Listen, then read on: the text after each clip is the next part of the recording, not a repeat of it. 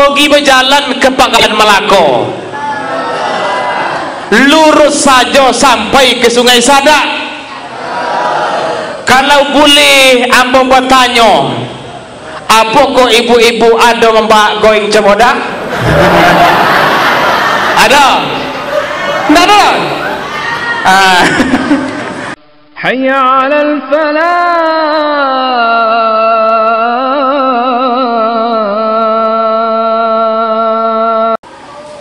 Assalamualaikum warahmatullahi wabarakatuh.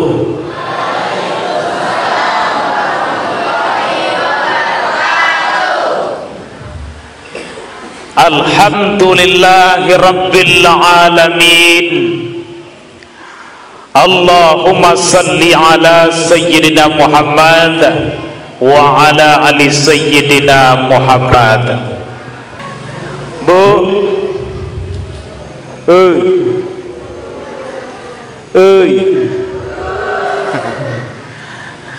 mulai kita lagi ya. Yang dulu tadi lah masuk. Poi berjalan ke Pangkalan Melaka. Nah itu salah longang. Poi berjalan ke Pangkalan Melaka. Hendak mencari buah mempolam. Jadi ceramah kita malam itu tidak akan berlama-lama. Apa siap, ambo langsung tutup dengan salam. Lah Bu, Bapak Ibu para jamaah yang semuliakan, yuk semangat kita. Yang di luar tadi disuruh masuk supaya dapat bersama-sama. Kenapa dapat bersama-sama? Karena kalau masuk ke toko nampak amainya, sudah itu nanti direkam, dimasukkan dalam YouTube, dikirim, ditontonnya di Rapi Aman. Kan nampak wajah iku wong mobong saja kok kan awang ujung Banjar. Akan sodap kita Bu ya. Kalau yang di luar kan tak nampak misalnya.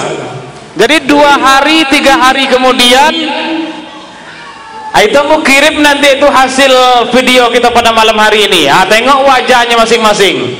Siapa itu lupa pakai bodak tadi, jemput dulu. Jangan isu menyosal. Bang, semangat. Yang ada ngantuk-ngantuk, jangan tidur. Nanti terekam. Jadi video pun nanti pala banyak-banyak di arahan pada uang tuh. Kalau pada ambol kodap lah. Jadi Bapak Ibu yang saya muliakan, pada malam hari ini tiada bosan-bosannya mari kita bersyukur kepada Allah Subhanahu wa ta'ala. Jadi kita kok telah dikumpulkan sama-sama, diundang kita, dijemput kita, diumumkan sudah, mungkin melalui surat sudah, WA sudah, besok kita Isra Mi'raj, sama-sama datang, sama-sama kita donge. Kan ada itu? Ada Bu? Ada? Makanya alhamdulillahirabbil alamin sampailah kita di masjid Iko. Maka yang pertama yuk sama-sama kita pasang niat. Pasang apa? Pasang niat supaya duduk kita kok yang 30 menit, yang 1 jam itu terhitung sebagai amal ibadah isi Allah Subhanahu wa ta'ala. Bagaimana niatnya Pak Ustadz? Niat bahasa kita saja. Sangajo ambo duduk dalam masjid Iko dalam rangka menongen ceramah karena Allah Ta'ala. Itu kan bahasa ambo itu. Kalau dicari di akhir dalam kitab itu tak jumpa itu dah model itu. Wah, lalu apa sang niat? Apa tadi niatnya? Sangajo ambo duduk dalam masjid Iko menongekan ceramah karena Allah Ta'ala. Dapat Kalau tak dapat pasang niat lain, nawaitu sama Ramadan an ada ifadhi syahri Ramadan haji sanati lillah ta'ala. Lah ada. Jadi Bapak Ibu yang semuliakan, tak dapat juga niatkan saja duduk siko beribadah kepada Allah. Makanya tadi yang di luar itu masuk. Ini beda tu. Yang di dalam kau dapat 1, yang di teras tu dapat 50, yang duduknya sepau pencitnya kono keramik masjid sepau di luar ada dapat 25. Yang menonge dok penunggu pintunya kini kok dapat 5. Tuh ada tuh kini tuh. Ada tak? Biasanya ada, dunia tak datang dah. Cumanya didongeng dari rumah. Hanya dia yang menongeng di rumah kini dapat 5. Tapi diniatkan karena Allah Ta'ala. Jadi Bapak Ibu yang saya muliakan, mudah-mudahan kehadiran kita pada malam hari ini sebagaimana niat kita tadi, yang niat kita pasang karena Allah Subhanahu wa Ta'ala, mudah-mudahan dihitung sebagai amal ibadah. Amin. Yauma la yanfa'u malun wala banun illa man atallaha biqalbin salim. Indah berjawab dona Allah ya. Ampun kalau tak pakai juang gue esok datang lagi dah. Jawab ya Bu. Bapak Ibu sekalian, yauma la yanfa'u malun wala banun illa man atallaha biqalbin salim.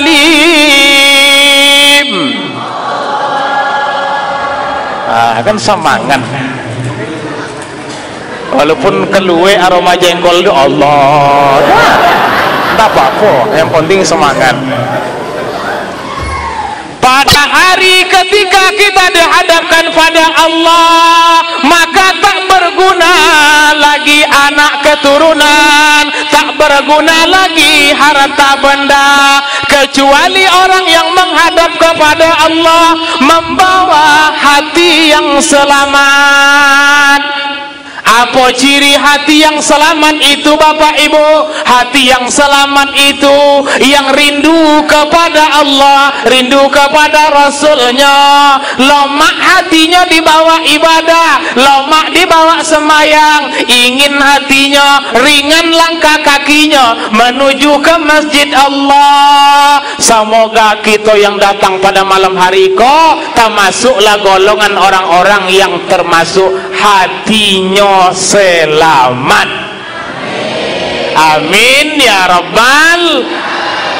Sehingga nanti ketika anak yang kita cintai Bapak Ibu, ketika harta benda yang kita cari belum mampu memberikan keselamatan kepada kita, jikalau ada keikhlasan kita dalam rangka menjalankan agama Allah, ada bernilai ibadah di sisi Allah, termasuklah kita golongan orang-orang yang hatinya selamat.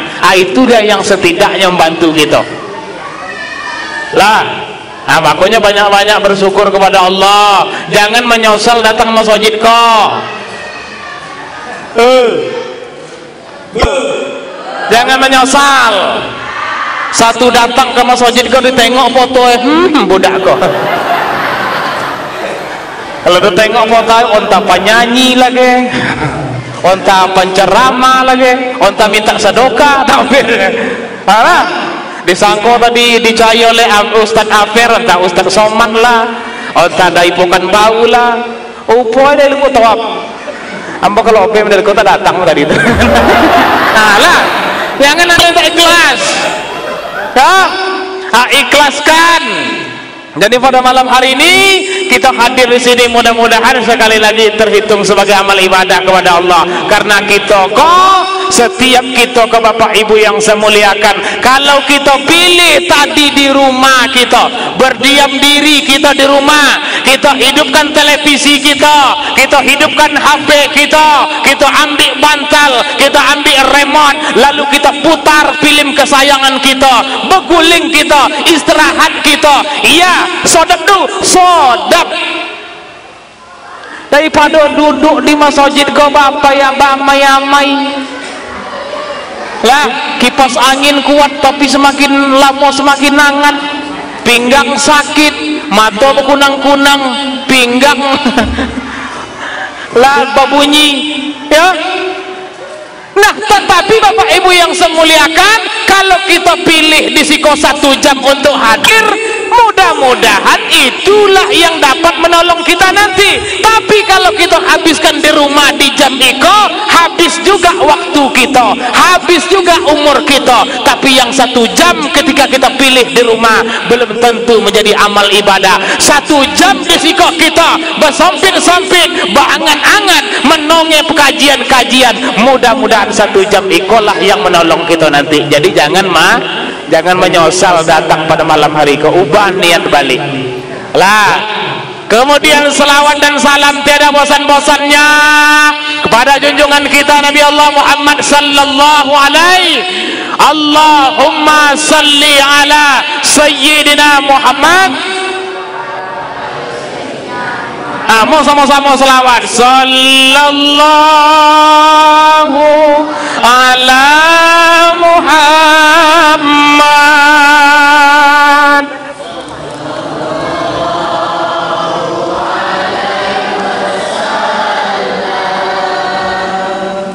Sallallahu ala Muhammad. Sallallahu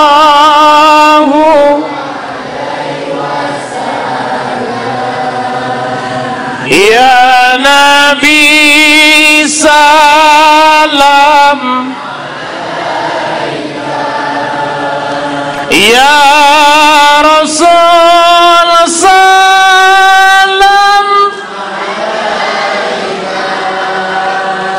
ya Habibi salam alaika, salawatullah. Pergi berjalan ke Pangkalan Melaka, lurus saja sampai ke Sungai Sadak. Kalau boleh ambo bertanya, apa kok ibu-ibu ada membak going Cemodak? Ada? Tidak ada? Biasanya mau keliling bulan niko kok sama tuh going Cemodak sendiri. Rupanya musimnya musimnya Cemodak berbuah. Tadi mulai dari Balam Merah, Bagan Lagu, Bunut, Ki kanan itu tak salah sama tuh Cemodak ya. Jadi ada balik kan kita mau kita kalau buka orang singgah gitu kan. Di situ ada bu? Nggak ada. Aku rencana dari rumah lah mau tembak tuh tadi. Tak ada apa-apa. Jadi Bapak Ibu yang saya muliakan, pada malam hari ini judul kita Isra dan Mi'raj. Nabi besar Muhammad sallallahu alaihi wasallam yang kita laksanakan di akhir bulan Rajab.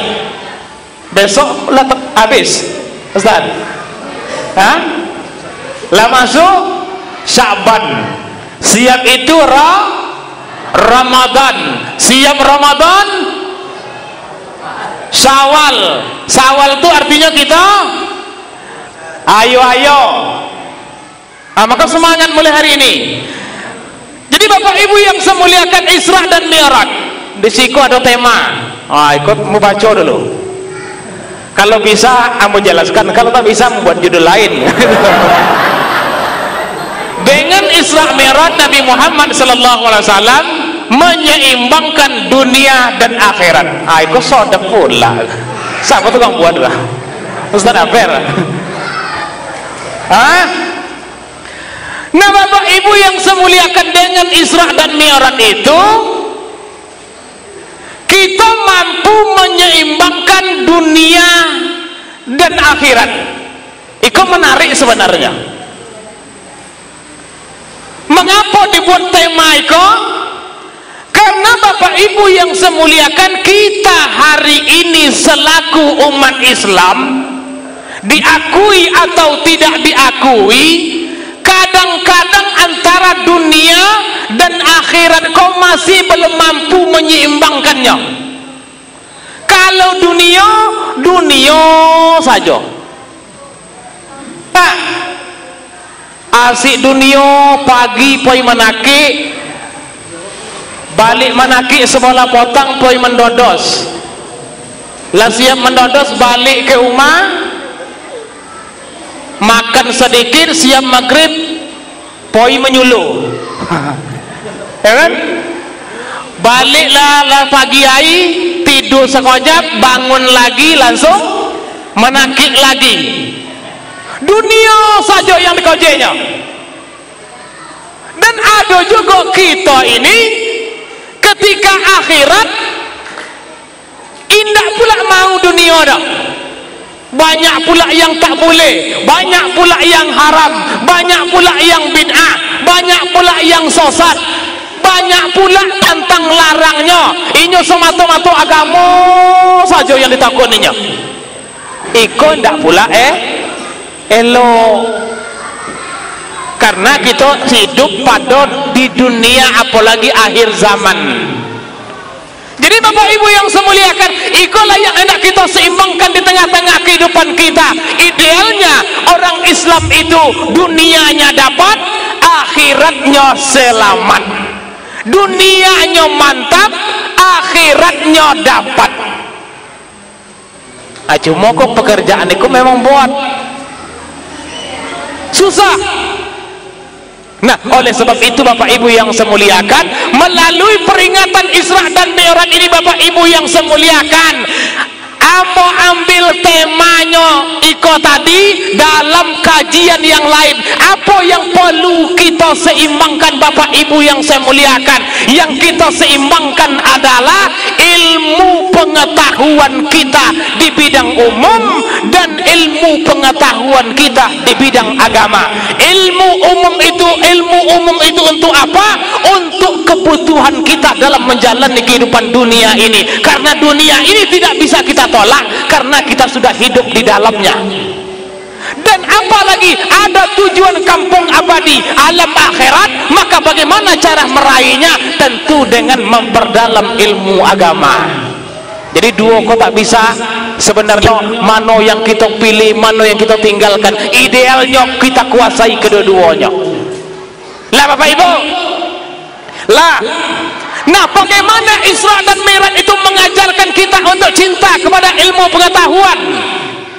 Apa kaitannya? Aku malam ini mau jelaskan. Lah, bu,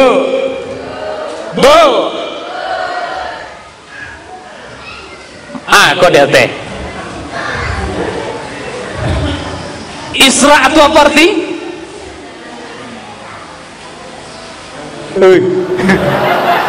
Isra itu apa dia? Apa? Berjalan masalah. Nah, diperjalankan boleh. Kita cari yang sonang kajiannya, yang tak sulit-sulit. Isra itu apa? Berjalan. Mi'raj itu apa? Naik. Jadi Isra dan Mi'raj itu diperjalankan lalu dinaikkan. Itu bahasa kita yang sonang. Nah jadi kalau bahasa-bahasa orang ilmuwan, ustad-ustad merelapir itu mungkin lain lagi kajian orang. Kalau kita ikut yang sonang, tidak usah payah-payah. Lah, jadi Bapak Ibu yang saya muliakan, Isra dan Mi'raj Bapak Ibu yang saya muliakan, bahwa Nabi subhanalladzi asra bi 'abdihi lailam minal masjidil haram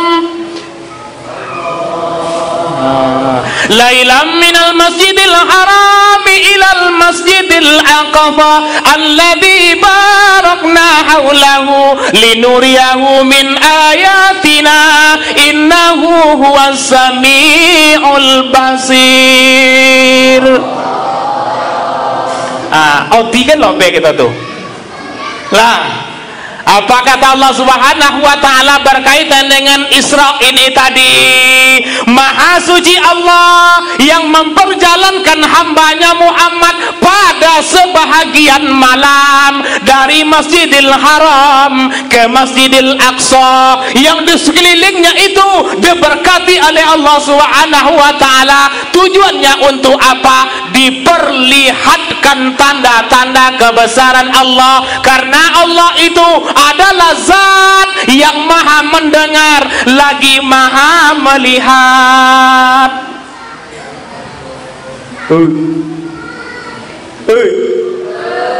Habis kok kita tutup tak lama-lama gitu lah.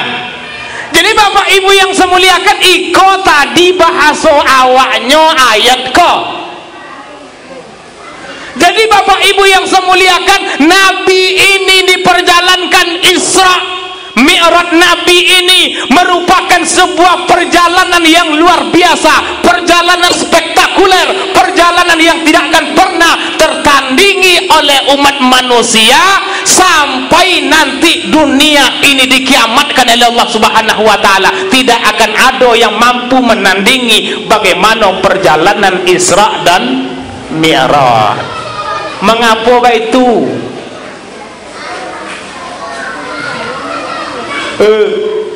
Mengapa begitu, Bu? Mengapa perjalanan ini luar biasa? Mengapa tidak akan pernah bisa tertandingi? Padahal hari ini umat manusia sudah menguasai teknologi canggih. Mengapa yang zaman Nabi, zaman 621 Masehi itu tidak bisa tertandingi oleh umat manusia hari ini? Nah Bapak Ibu yang semuliakan, ada beberapa alasan. Apa alasannya? Yang pertama, Nabi itu Isra dari Masjidil Haram ke Masjidil Aqsa, itu jaraknya lebih kurang berapa, Bu? Siapa yang mau napoi ke Mekah? Ada Pak Haji di sini? Ada? Banyak kan? Pak Umroh ada? Mau napoi ke Mekah? Bapak Ibu sudah ke Palestina sudah? Halo, isu jalan-jalan ayo ke Gaza. Program jalan-jalan pemuda ujung Banjar sama Ustadz Afer, kita menyewa bus jalan-jalan ke jalur Gaza. Poi seno. Jadi Bapak Ibu yang saya muliakan, di dalam, kalau kita tengok dalam catatan dari Masjidil Haram ke Masjidil Aqsa, dari Mekah ke Palestina itu lebih kurang jaraknya 1.300 atau 1.500 kilometer. Berapa, Bu? 1.300 atau 1.500 kilometer. Kalau hari ini dapat ditempuh menggunakan bus lebih kurang 16 jam perjalanan. 16 jam. Hari ini bus jalannya sudah mulus, ditempuh 16 jam perjalanan hari ini dari Mekah ke Palestina. Dah, Bu? Kalau zaman dulu kita tahu ketika para sahabat mengunjungi ke sana, pergi berangkat ke Masjidil Aqsa, itu lebih kurang 1 bulan perjalanan. Itu pada tahun itu. Nah Bapak Ibu yang saya muliakan, dari segi jarak perjalanan Nabi 1.500 km.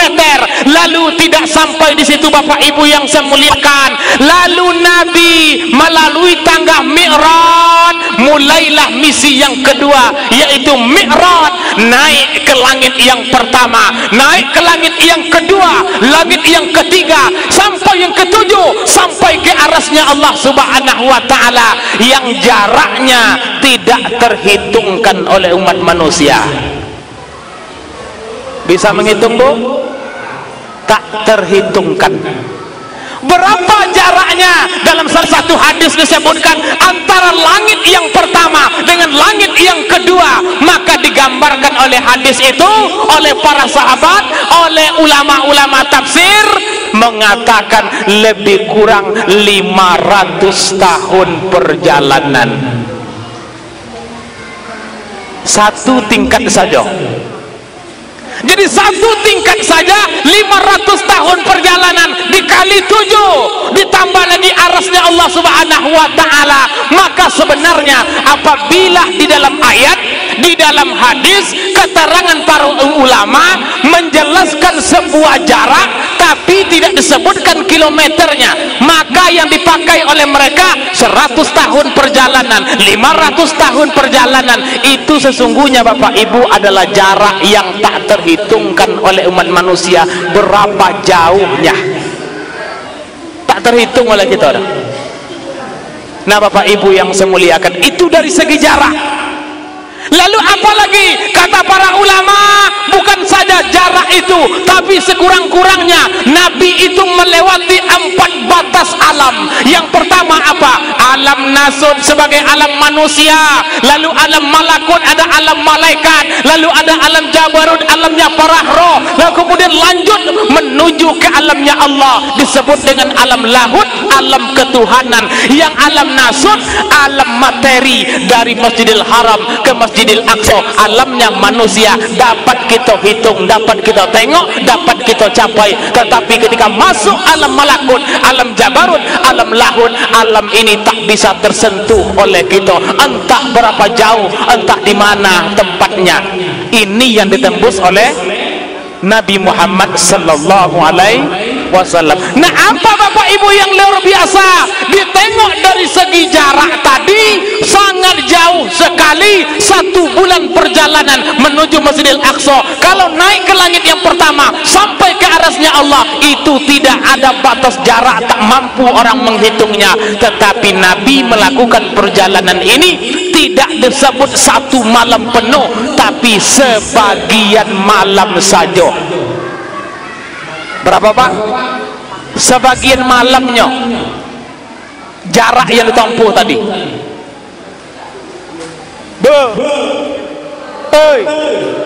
Berapa lama? Apa? Siang malam?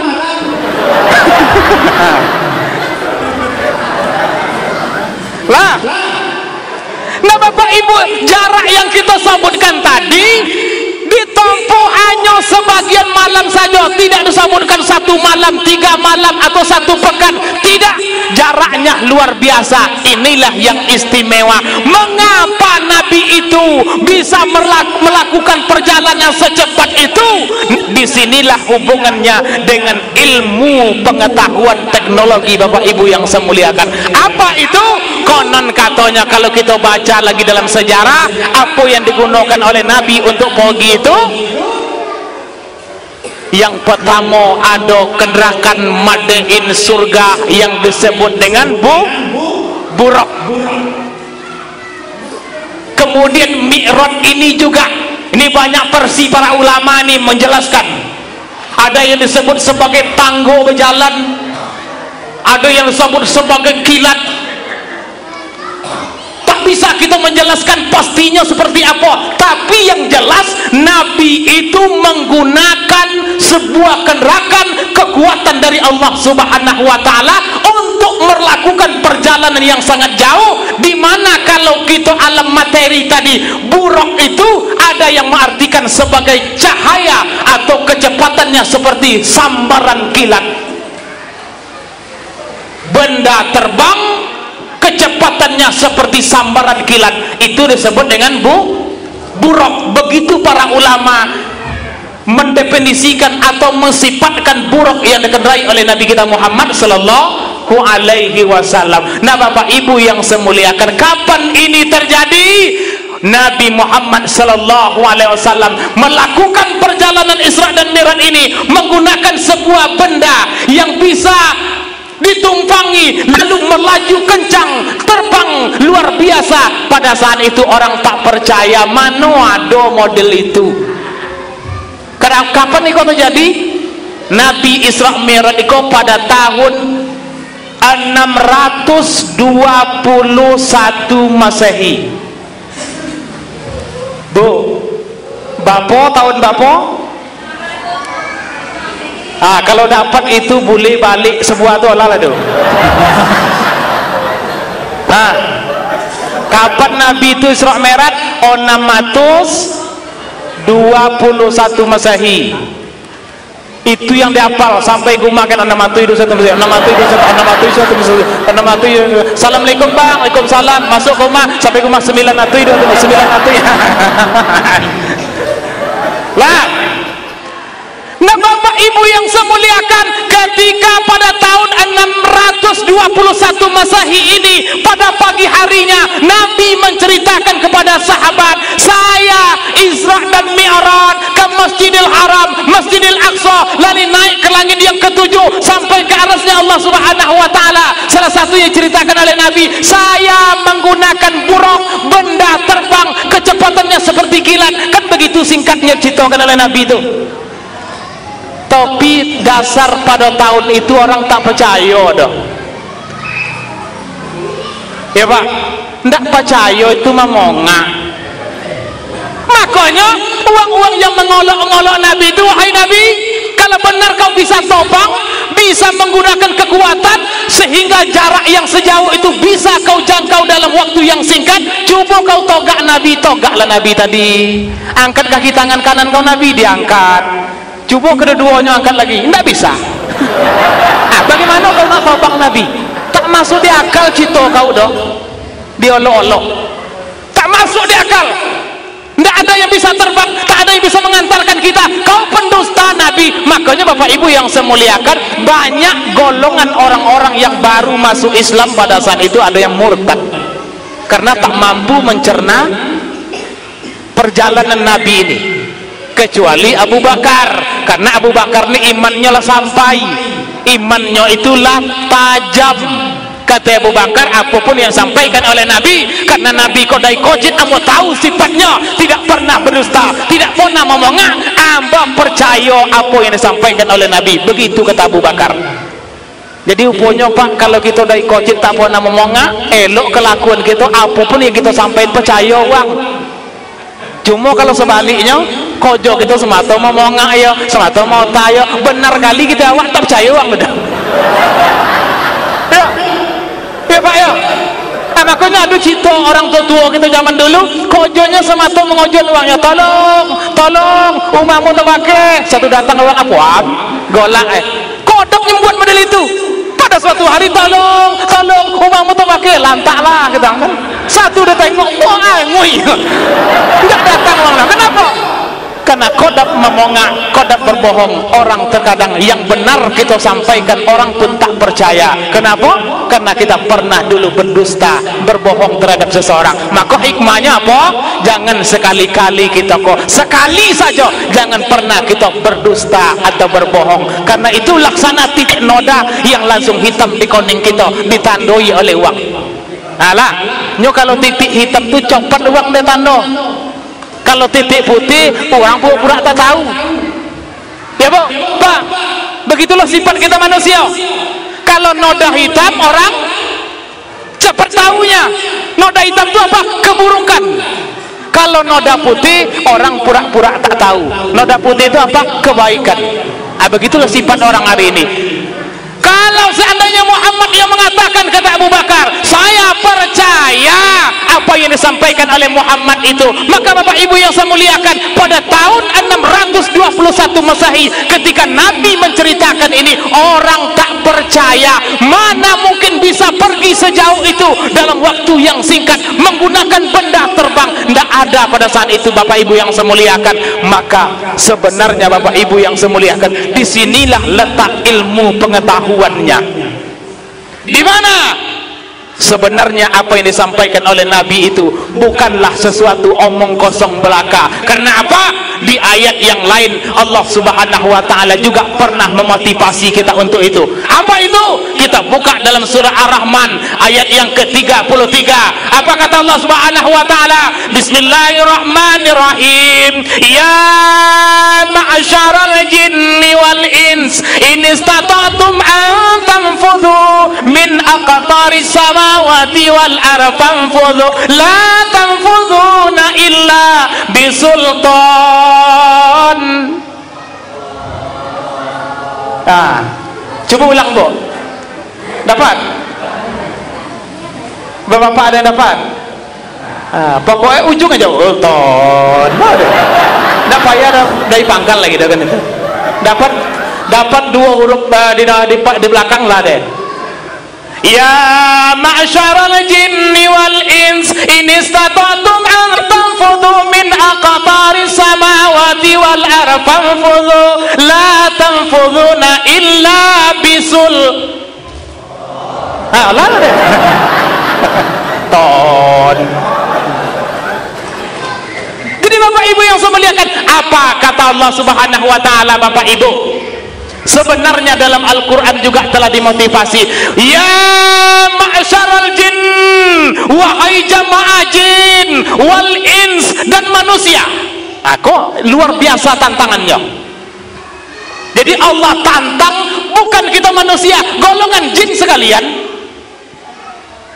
Ya ma'syaral jins wal ins, wahai jamaah jin, wahai jamaah manusia, kalau seandainya kalian mampu untuk melintasi penjuru langit, silakan, kata Allah Subhanahu wa taala. Sekali-kali kalian tidak akan sanggup untuk melakukan perjalanan menembus penjuru langit itu illa bisultan, kecuali dengan kekuatan. Jadi Bapak Ibu, dalam ayat itu disebutkan Allah motivasi kita, kalau kau sanggup untuk menguncang-uncang langit itu masalah, untuk menelitinya, untuk mencari ilmu pengetahuannya, untuk tobang, begitu bahasa silakan, kata Allah. Engkau tidak akan sanggup, koma, tidak titik. Engkau tidak akan sanggup, koma, illa bisultan, kecuali dengan kekuatan. Jadi ayat itu tidak ditutup kalian tidak akan sanggup, titik. Berarti tak ada harapan. Tetapi apa? Kalian tidak akan sanggup kecuali dengan kekuatan. Jadi Bapak Ibu yang saya muliakan, apa kekuatan itu? Yang pertama, murni kekuatan dari Allah Subhanahu wa taala. Itulah Isra dan Mi'raj, kuasa dari Allah Subhanahu wa taala. Yang kedua apa? Kekuatan ilmu pengetahuan. Itulah yang dibuktikan oleh orang-orang modern hari ini. Apa itu? Apa, Bu? Itulah teknologi hari ini yang muncul, dijumpai oleh orang-orang. Kapan itu? Pada tahun 1903. Maka disebutlah hari ini sebagai teknologi pesawat terbang. Bapak, Bu, apa nama? Teknologi pesawat. Kapan itu dijumpai? Dijumpai oleh ilmuwan dari Amerika Serikat yang bahasa kita mau baunya nama uang tuh Wright Brother. Itu bahasa kita sikoi. Siapa nama, Bu? Siapa? Coba jole-jole deh. Siapa? Right. Nah, jole dah.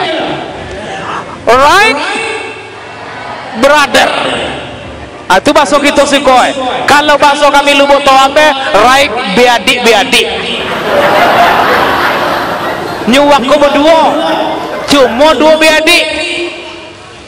pada tahun 1903 ini dua beradik ini belajela-jela merakit sesuatu, Bapak Ibu yang saya muliakan, merakit supaya bisa terbang. Maka dalam sejarah memang ada lagi ilmuwan sebelum mereka, tapi yang tercatat dalam sejarah yang berhasil mengembangkan lalu menerbangkan pesawat dalam ketinggian 825 kaki, mereka ini yang tercatat. Maka Bapak Ibu yang saya muliakan, berapa jaraknya? Jaraknya kalau Nabi tadi sudah melakukan 621 Masehi, Wright Brother ini 1903, berapa jaraknya itu? Itu kalau itu hitungan banyak yang menyewa aja. Dapat, Bu? Dapat? Dapat? Onamatui 21, kemudian sesudahnya muncul pesawat terbang 1903. Berapa jaraknya tuh? Berapa? 13 abad. Nah itu pakai abad. Nah pakai tahun 1380 tahun. Jadi ini yang kita dongeng. Ketika Nabi dahulu mengatakan 621 tahun, 621 Masehi itu Nabi pernah terbang, ada sebuah kendaraan yang secepat kilat, orang tak percaya. Tetapi berkat ilmu pengetahuan 1380 tahun kemudian, Wright Brother dari Amerika Serikat membuktikan kalau ternyata terbang menggunakan benda yang kecepatannya luar biasa itu bukan sesuatu omong kosong belaka. Terbukti dengan ilmu pengetahuan. Berapa kecepatan pesawat hari ini? Aduh naik pesawat, Bu? Ibu ada naik pesawat? Nggak ada loh. Naik pesawat pasar malam? Ada? Ada. Itu bapulah kecepatan yang paling Bapak Ibu yang semuliakan, mulai tahun 1903 itu pesawat pertama sekali bisa diterbangkan, sampai hari ini ada sebuah pesawat luar biasa, salah satunya yang diproduksi oleh NASA Amerika Serikat yang kecepatannya sudah mencapai 7.000 km per jam. Berapa? Pesawat hari ini yang diproduksi oleh manusia sudah mencapai 7.000 km per jam.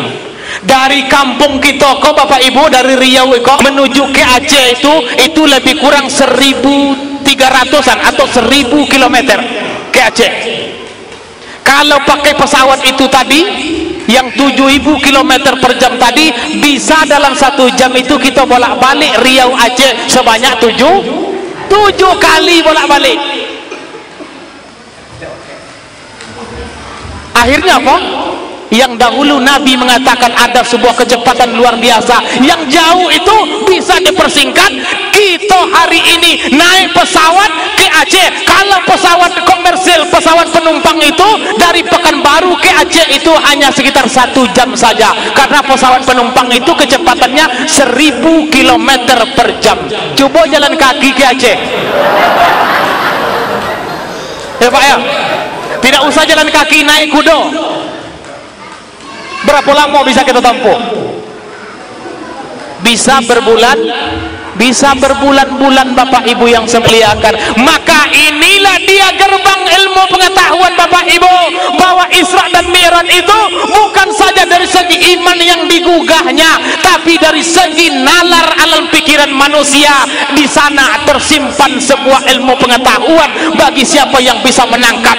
Al-Quran juga mengatakan kalian bisa mengelola penjuru langit itu, kalian bisa untuk mencari tahu, meneliti, terbang, melintasi langit itu kalau seandainya kalian menggunakan kekuatan. Kalau kita hari ini, itu yang disebut dengan kekuatan ilmu pengetahuan.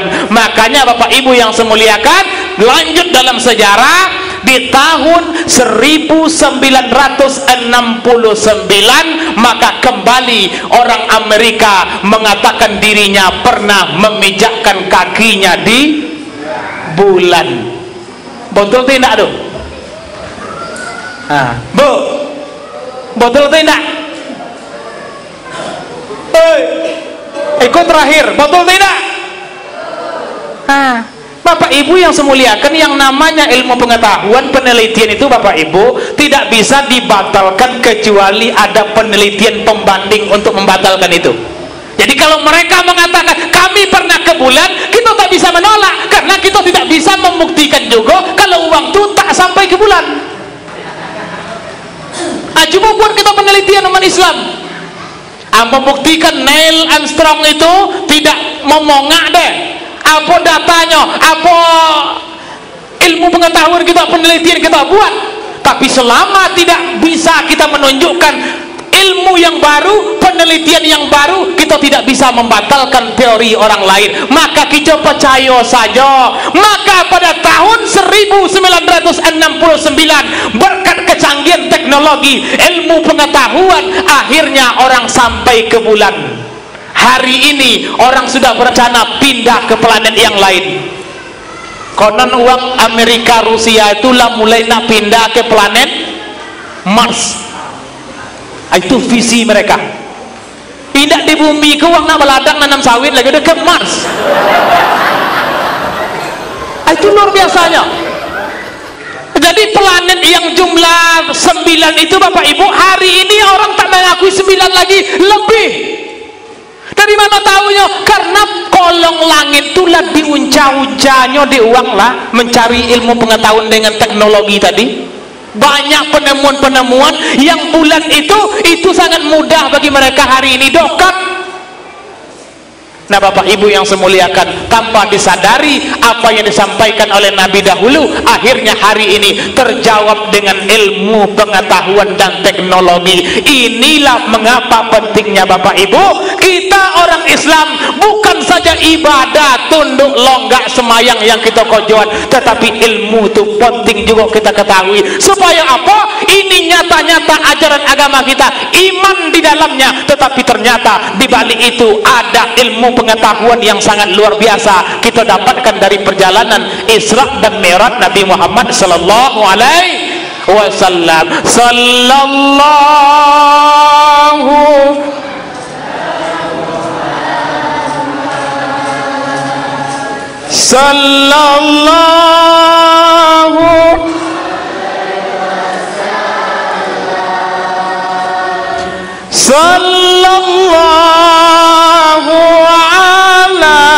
Muhammad sallallahu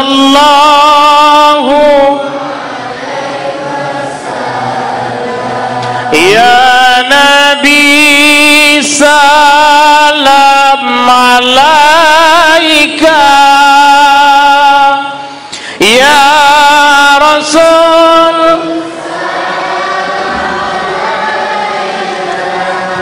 ya Habibi salam alaika.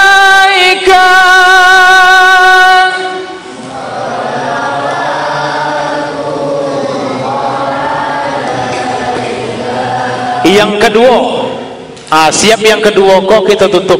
Kalau ada gue yang coba dak keluaran. Kok abi lagi kita. Tadi dunianya kita bahas.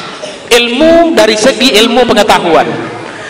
Yang kedua, dari segi keimanan kita, akhirat pula yang kita bahas. Sehingga tadi tema kok seimbangnya dunia dan akhirat. Ini sesuai pula tema kok dengan yang mau sampaikan pada malam hari ini. Jadi Bapak Ibu yang saya muliakan, yang kedua, apa yang hendak bisa kita tangkap dari perjalanan Isra dan Mi'raj itu Bapak Ibu yang saya muliakan? Yang paling penting di sana Bapak Ibu yang saya muliakan dalam perjalanan Isra dan Mi'raj ini, membuktikan kalau Nabi Muhammad SAW adalah makhluk yang paling hampir dengan Allah Subhanahu wa Ta'ala. Itu tak bisa dibantah. Isra dan Mi'raj ini membuktikan kalau Nabi Muhammad SAW itu adalah makhluk yang paling hampir dengan Allah Subhanahu wa Ta'ala, baik dari makhluk golongan yang ada di langit, yang ada di bumi, golongan para jin, golongan para malaikat, yang di laut, yang di darat, yang bose, yang kojin, yang tumbuh-tumbuhan, semua makhluk yang pernah diciptakan oleh Allah Subhanahu wa Ta'ala, juga golongan manusia, tidak ada satupun yang lebih dekat kepada Allah selain Nabi Muhammad sallallahu alaihi wasallam. Ini yang dibuktikan dari perjalanan Isra dan Mi'raj. Salah satu contohnya di mana? Ketika Nabi Iko sampai pada alam lahud namanya. Alam apa, Bu? Bu, alam apa namanya? Itu begugup mama saja. Alam ambo jolen alam lahud. Kalau payah menyebut alam ketuhanan. Alam apa? Alam ketuhanan. Kita tahu Nabi Muhammad SAW di perjalanan Isra dan Mi'raj itu ada kawannya yang paling setia. Siapa itu? Siapa? Malaikat. Aku banyak yang lupa kok, makanya setiap tahun Isra Mi'raj perlu kita buat. Kawannya malaikat Jibril sampai ke Masjidil Aqsa, naik ke langit yang pertama, naik ke langit yang ketiga, sampai ke langit yang ketujuh, masih malaikat Jibril kawannya. Ketika sampai pada alam ketuhanan, ingin masuk ke sana, apa kata malaikat Jibril? Wahai Muhammad, ambo sampai di siko saja yang bisa mengawanan kau. Kenapa? Kata Nabi Muhammad. Wahai Nabi Muhammad, kata Jibril, ambo tak bisa lagi melanjutkan perjalanan, cukup sampai di sini saja. Karena apa? Karena makam kita berbeda, kedudukan kita berbeda. Hanya engkaulah yang diizinkan oleh Allah memasuki alam ini. Kalau saya ikut masuk, maka akan terbakarlah tubuh saya. Ambo tak sanggup dan Muhammad sampai di siko saja. Kata siapa itu? Malaikat Jibril. Malaikat Jibril kok komandannya para malaikat, itu pangkatnya penghulu para malaikat, komando para malaikat inyo tuh. Tetapi ketika sampai pada suatu alam, inyo mengaku makam inyo tak sama dengan makam Nabi. Kemuliaan dia tidak sama dengan kemuliaan Nabi. Lanjutkan perjalanan Muhammad untuk bertemu dengan Rabbmu. Saya tak bisa sampai di sini saja karena makam dan kedudukan kita berbeda. Maka Bapak Ibu, di sini menjadi bukti bahwa Nabi itu adalah makhluk ciptaan Allah yang paling dekat dengan Allah, melebihi sekalipun para malaikat. Gitu luar biasanya. Apa kuncinya? Ada syarat.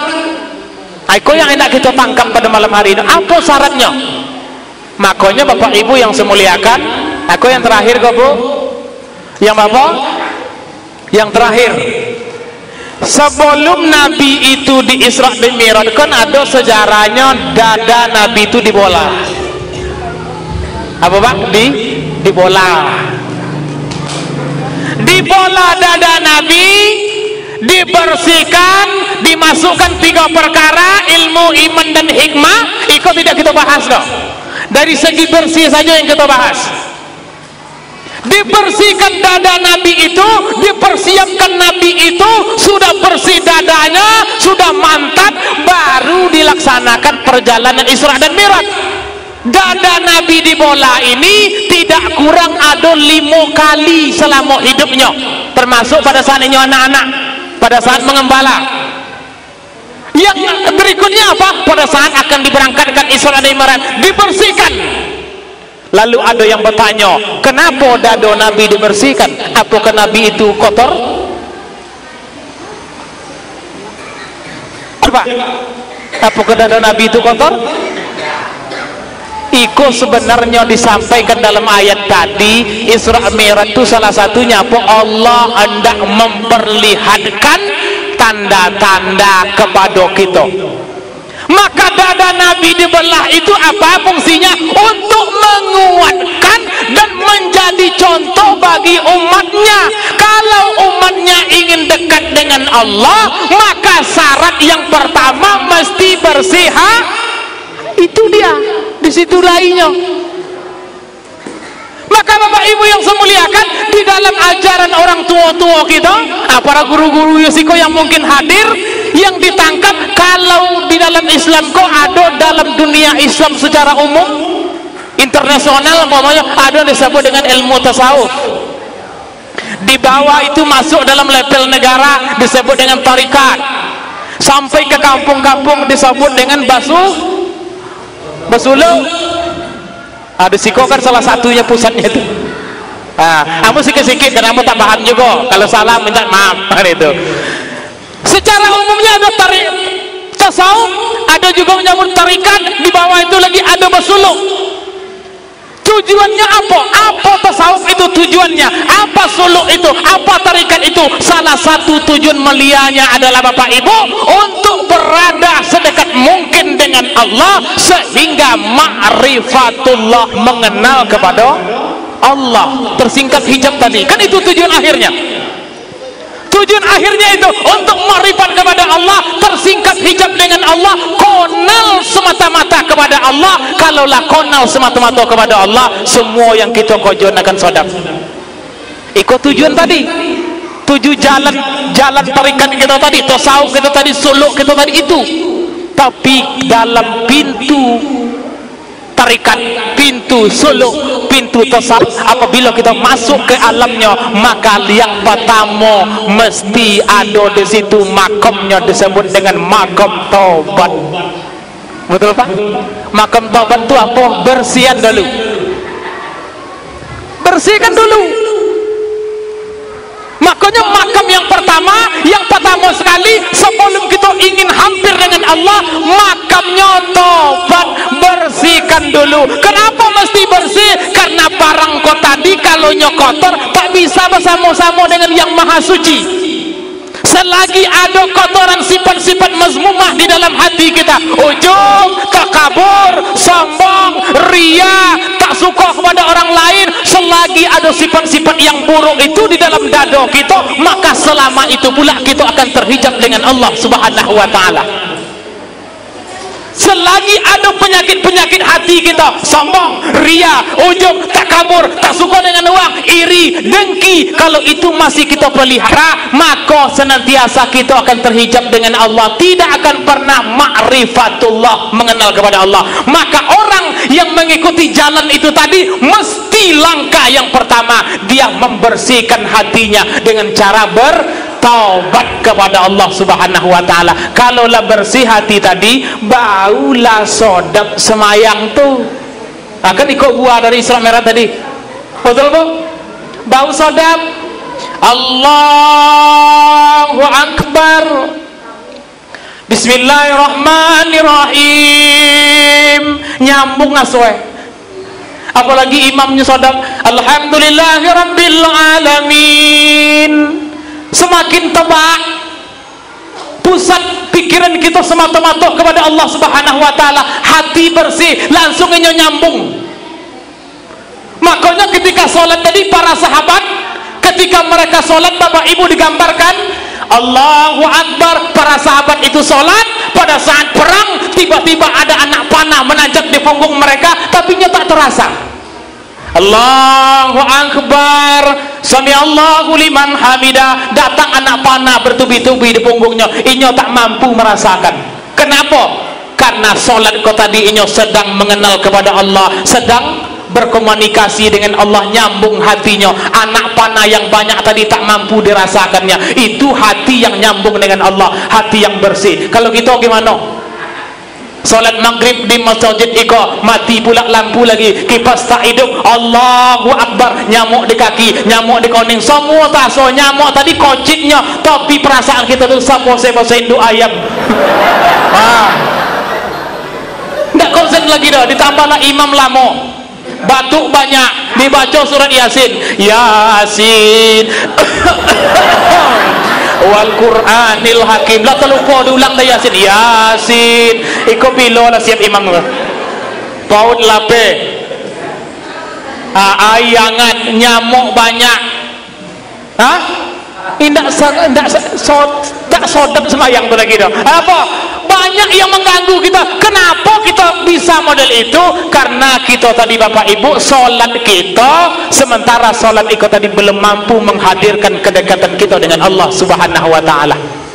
As-salatu mi'rajul mu'minin.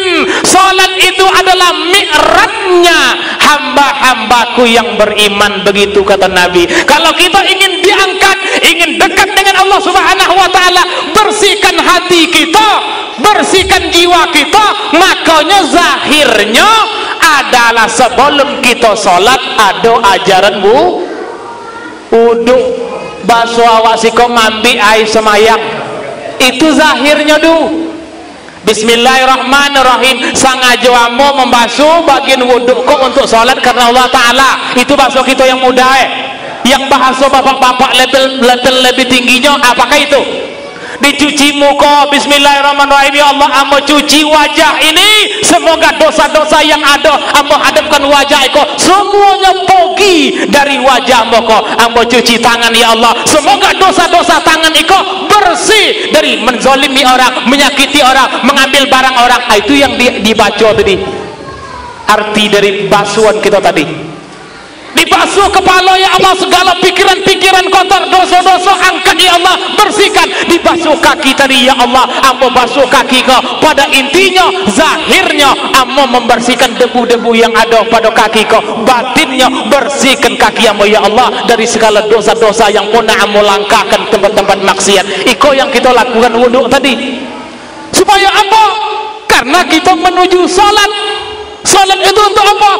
Untuk berkomunikasi dengan Allah Subhanahu wa ta'ala. Diawali kesucian, barulah kita bisa untuk dekat dengan Allah Subhanahu wa ta'ala. Sudah Bapak Ibu? Maka Isra dan Mi'raj itu kita menyeimbangkan, kalau tadi dari segi ilmu pengetahuannya, yang kedua dari segi imannya. Apa itu? Ilmu pengetahuan ada di dalam perjalanan Isra dan Mi'raj, kemudian segi akhiratnya juga ada, bagaimana kita membentuk kesucian untuk bisa Mi'raj kepada Allah Subhanahu wa ta'ala. Semoga bermanfaat. Mohon maaf atas segala kekurangan. Sebelum ambo tutup, mari sama-sama kembali kita berselawat. Sallallahu